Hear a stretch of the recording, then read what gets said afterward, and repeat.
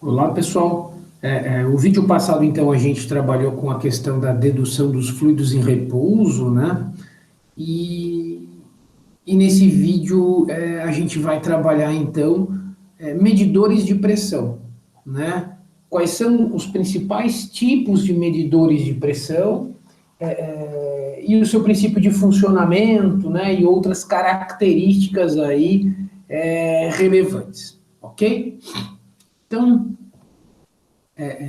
entre eles, a gente vai ver o barômetro de mercúrio, né? O manômetro de tubo aberto, o barômetro aneroide e o barômetro digital. Tá? Então, esses quatro medidores de pressão. Interessante que na verdade, a gente fala em barômetro e tal, mas na prática a gente conhece os manômetros, né? Que são sensores sensores não, medidores de pressão. O sensor eu vou falar mais adiante, tá? O barômetro de mercúrio foi feito lá descoberto por Evangelista Torricelli em 1643.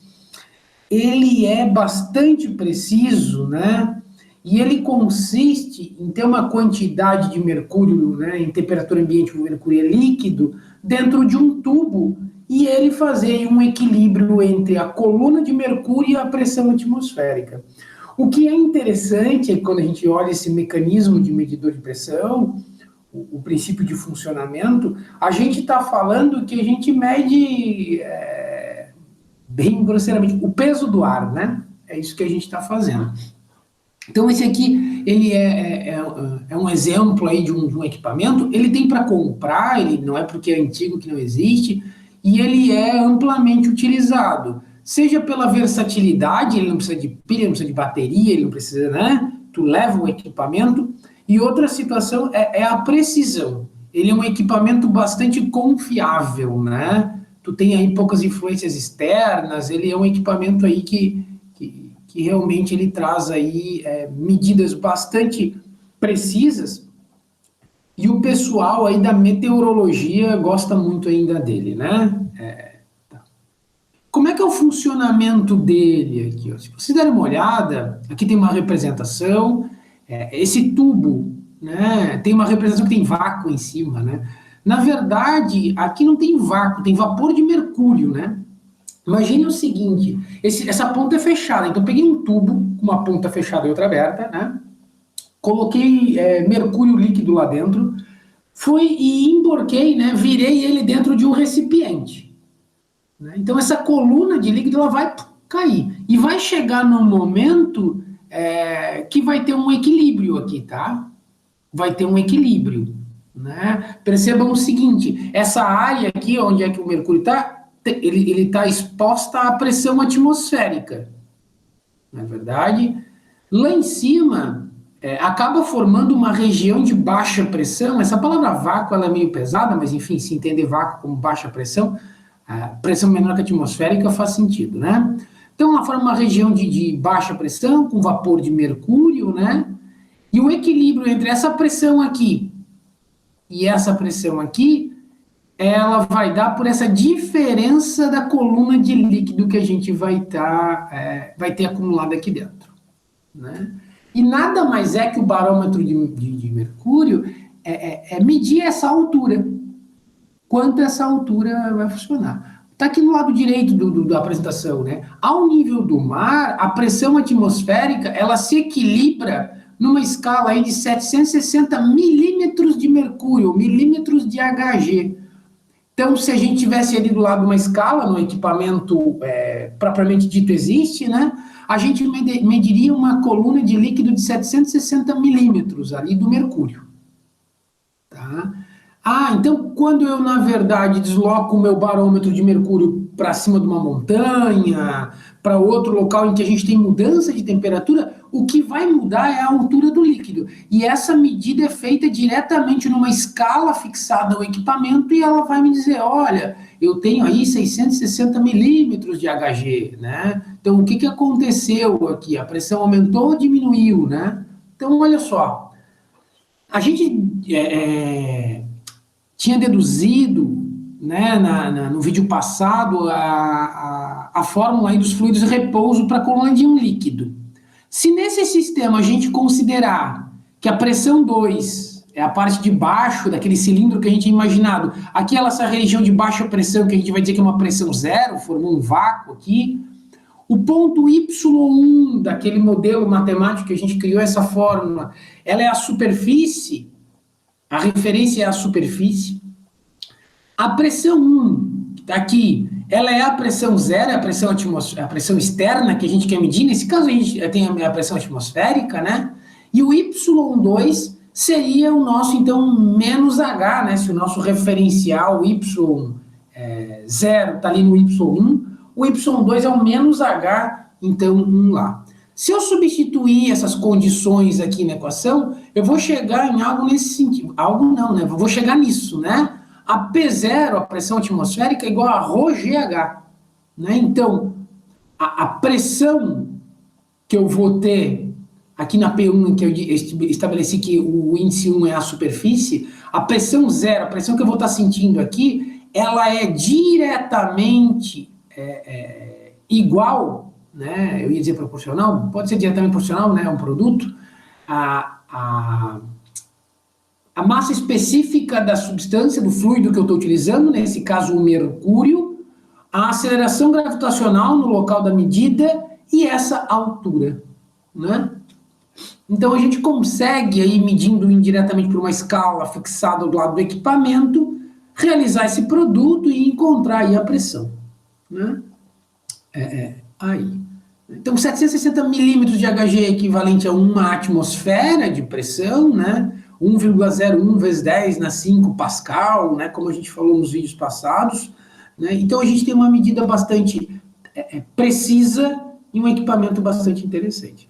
Uma pergunta clássica para esse barômetro de mercúrio é o seguinte: professor, se eu colocasse água no lugar do mercúrio, né, existem duas situações sérias aqui, né? A primeira situação séria, essa região onde a gente tem vapor de mercúrio aqui, identificado como vácuo no desenho, se isso aqui fosse água, isso aqui ia ser uma região que ia induzir muito erro. Por quê?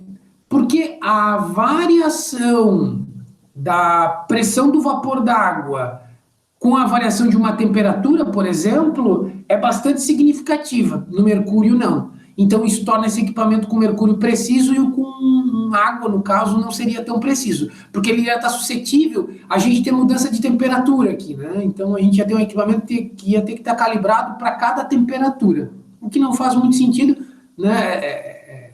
Não faz muito sentido já de cara. Mas tem uma coisa que já que na sequência faz menos sentido ainda. Se fosse água, essa coluna aqui, ó, para 1 atm de pressão atmosférica, em vez de 760 milímetros de Hg, a gente teria 10,3 aproximadamente, tá? Metros de água. Então a gente teria que ter uma coluna de água de 10 metros. Né? É por isso que quando se constrói uma residência, se eleva a caixa d'água lá para cima, para ter pressão. Né? Se a gente colocasse a caixa d'água aí, né, com 10 metros de altura aproximadamente, a gente ia ter 1 atm de pressão, né, na torneira aqui embaixo. Né? Então, esse equipamento com água, ele realmente não fica muito interessante. Seja pela variação que ele vai ter em função da temperatura, seja pelo tamanho da coluna de líquido aí, que a gente ia ter aí uma coluna enorme, né? Ia ficar um equipamento aí de mais de 10 metros de comprimento. Ok? Então, só para vocês terem uma ideia, né? Ele é um equipamento, então, prático, versátil, preciso e ainda utilizado. O manômetro de tubo aberto, ele tem um mecanismo em que é o seguinte: ele é, na verdade, um U e ele tem um líquido dentro desse U. Né? Esse líquido não necessariamente precisa ser mercúrio, tá? Aqui ele podem ter outros líquidos. Eu já vi com outros líquidos. Ele tem a ponta aberta, onde vai adentrar, então, a pressão atmosférica, e ele tem um tanque fechado, né? Que é onde a gente quer medir. Se a gente abrir esse tanque e fazer ele também ter pressão atmosférica, o que vai acontecer? esse líquido aqui, meio que alaranjado, avermelhado, ele tende a entrar em equilíbrio, concordam comigo? Então a gente teria um U igualzinho de líquido, né? Quando eu aumento a pressão dentro do tanque que eu quero medir, ele chamou de pressão G aqui, essa pressão vai exercer nesse ponto A aqui uma força, né? Gerando um deslocamento aqui desse líquido para o outro lado. E aí, de novo, a gente trabalha fazendo a medida da variação da altura que a gente vai ter. Essa variação de altura, então, ela pode ser convertida na pressão do tanque pela equação do lado aqui, ó, esquerdo, né? A pressão G do tanque é igual a ρGH, né? No mesmo formato de lá. A única questão aqui é que ele muda alguns referenciais em relação à forma do repouso aqui da coluna de líquido, e ele trabalha, então, que P menos P0, ou seja, né, essa pressão aqui menos a pressão zero, ele estaria com a pressão aqui, ela está associada só à coluna de líquido. Esse P aqui, ele vai estar associado com P2 aqui, né? Então, ele acaba fazendo essa relação. Lembrem o seguinte, lembra da forma quando a gente fez a redução? ρGH é a pressão manométrica, né? Ou seja, realmente até o nome está associado a manômetro, né?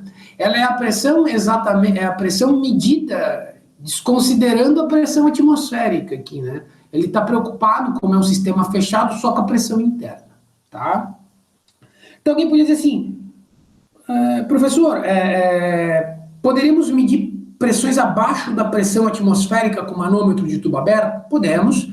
A única diferença é que a coluna de líquido ela não vai se formar para o lado que está do tubo aberto, ela vai se formar para o outro lado, né? Eu tive a felicidade de trabalhar aí em algumas empresas, aqui na cidade, né, de Jaraguá do Sul mesmo, na Duas Rodas, e eles utilizam extensivamente esse tipo de manômetro. Eles têm tanques de inox enormes, né, que eles tiram extratos e outros processos com variação de temperatura, aquecimento, depois resfriamento, e medir a pressão é muito interessante, porque se tu tem um sistema fechado e tu diminui muito a temperatura nesse processo, tu vai ter uma diminuição muito grande de pressão, então tu pode danificar, né, o próprio tanque, né, como já vi acontecer. E aí tu faz um acompanhamento pela mudança de pressão aqui, além da temperatura, né, para manter o sistema seguro e monitorar o processo, para registrar o processo, tá? Então, o manômetro tubo aberto, ele na verdade é muito simples, relativamente preciso também, e ele faz aí uma medida comparativa. Normalmente eles pegam esse U e eles fixam ele na frente de uma placa, e no fundo ele tem uma escala mesmo aí, em milímetros, e aí numa tabela lateral eles fazem uma conversão, milímetro para pressão, realizando aí esse produto da forma ρGH, né? E aí eles já conseguem na hora fazer a leitura e já ter o dado da pressão, tá? Então esse é outro tipo de manômetro de tubo aberto, sendo que a gente está medindo aí a pressão manométrica de um tanque, um reservatório e assim por diante, tá? O barômetro aneroide, ele é um dos mais conhecidos, esse que eu botei na imagem aqui só para nível de comparação, a gente vê ele muito em compressores de ar, por exemplo, né? E aqui ele está medindo em bar e PSI. E uma questão do barômetro de aneroide, esse que a gente normalmente está vendo aqui, que ele é analógico, que ele tem um ponteiro, ele tem dois princípios de funcionamento. Esse que eu vou mostrar do aneroide e o Bourdon, que eu também vou comentar na sequência. Mas, a priori, o barômetro de aneroide ele é um ponteiro. Então, tu tem uma medida mecânica que se converte em algum tipo de deformação que movimenta um ponteiro em relação a uma escala calibrada, pré-calibrada, tá? Então, de um modo geral, até botei barômetro de aneroide, ele também é um manômetro, né? Mas, enfim, ele tem um mecanismo que ele faz o quê? Ele tem a maioria deles trabalha com uma espécie de diafragma, né? Esse diafragma ele está em contato com a câmera que tu quer medir, né? Com o reservatório que tu quer medir a pressão. E esse diafragma ele é normalmente um metal, ou ele pode ser outro material, como uma borracha e tal, mas normalmente é um metal, uma placa bastante fina, e ele sofre deformação com a variação da pressão. essa deformação por um mecanismo mecânico, propriamente dito, um sisteminha de mola e tal, ele se converte, então, em movimentação do ponteiro, tá? E aí calibra aí a escala e ele tem uma medição. Então, esse equipamento ele é um equipamento totalmente mecânico, ele é menos preciso, ele é bastante portátil, né? Tu pode fixar ele onde tu quiser e deslocar e fazer outras medidas, né? Ele é bastante utilizado, diferente dos outros dois sistemas, quando a gente tem um sistema que varia a pressão com o tempo, né? Ah, mas o coluna de mercúrio, não, pode também, né? Mas aí tu leva e tal. Aqui não, aqui eu tenho um sistema, por exemplo, como eu usei um exemplo bem prático, né? Um compressor de ar. Tu tem a pressão ali aumentando, diminuindo, tu quer fazer uma leitura ali, né, do sistema, e aí tu teria um barômetro de aneroide aí lá acoplado na câmara do reservatório, melhor falando, do compressor de ar, tá? Ele é muito utilizado também para medir altitude, pela portabilidade, né, para não levar mercúrio, enfim. E aí ele usa um outro nome, que é o altímetro, né, que na verdade ele serve para medir pressão também, né? Ok? Então ele é um sistema mecânico, propriamente dito, que pela deformação se converte em movimento de um ponteiro numa escala. O Bourdon, que também tem essa carinha de ponteiro analógico, ele é um pouco diferente. Em vez de ele ter um mecanismo nesse formato de um diafragma, ele tem uma espécie de um capilar, que é um tubo meio fino, e esse capilar ele é enrolado, como se fosse uma espiral, uma mola, né? Esse espiral, a ponta dele que é fechada, ela está conectada com o ponteiro. A outro lado desse capilar, dessa mola, que é aberta, está ligado com a câmara. Então, quando eu tenho variação de pressão, essa pressão ela entra dentro desse capilar, desse tubo fininho, e essa pressão ela é suficiente para deformar, né, essa espécie de mola. Então, ela faz com que ela dilate e contraia, né, com a variação que ela tem dentro dela. E essa variação mecânica, ela também se converte no ponteiro analógico. Tá? Então, esse é um outro sistema também que a gente pode ter analógico, que é um sistema aí de uma espécie de um capilar, né? Que é deformável aí pela pressão dentro dele. Tá? Então, é muito interessante e também é encontrado aí. E por fim, né, os manômetros digitais que estão sendo usados em larga escala. O manômetro digital é interessante porque ele converte um sinal com um sistema eletrônico, né, numa leitura digital.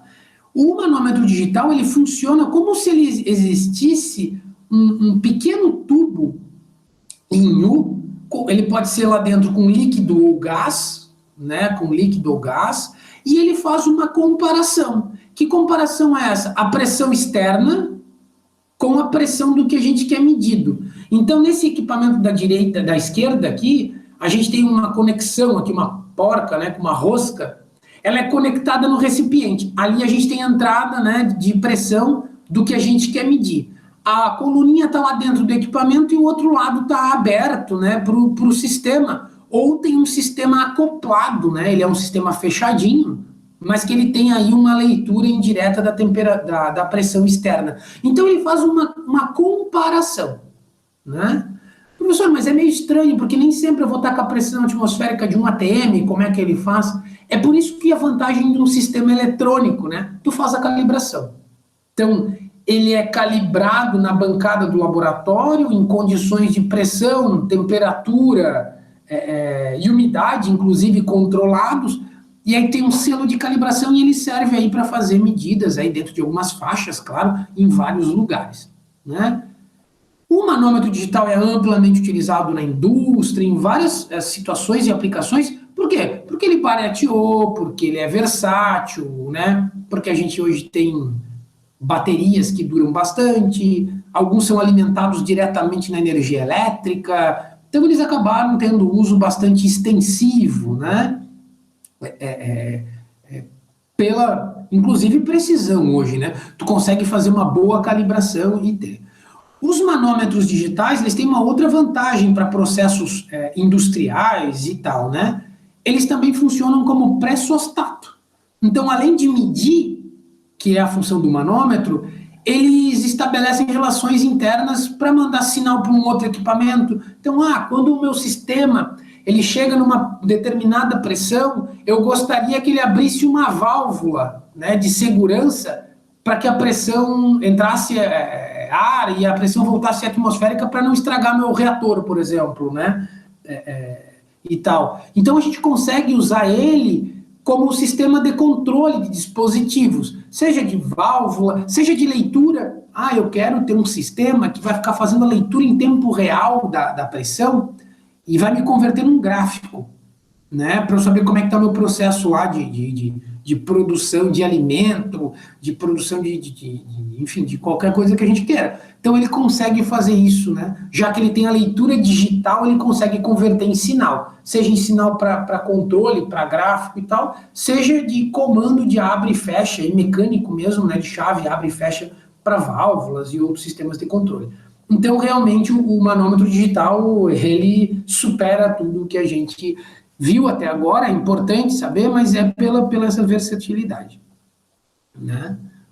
Tá? Então, a gente tem esse novo sistema. E aqui do lado eu coloquei uma imagem muito usual aí, que é para a gente,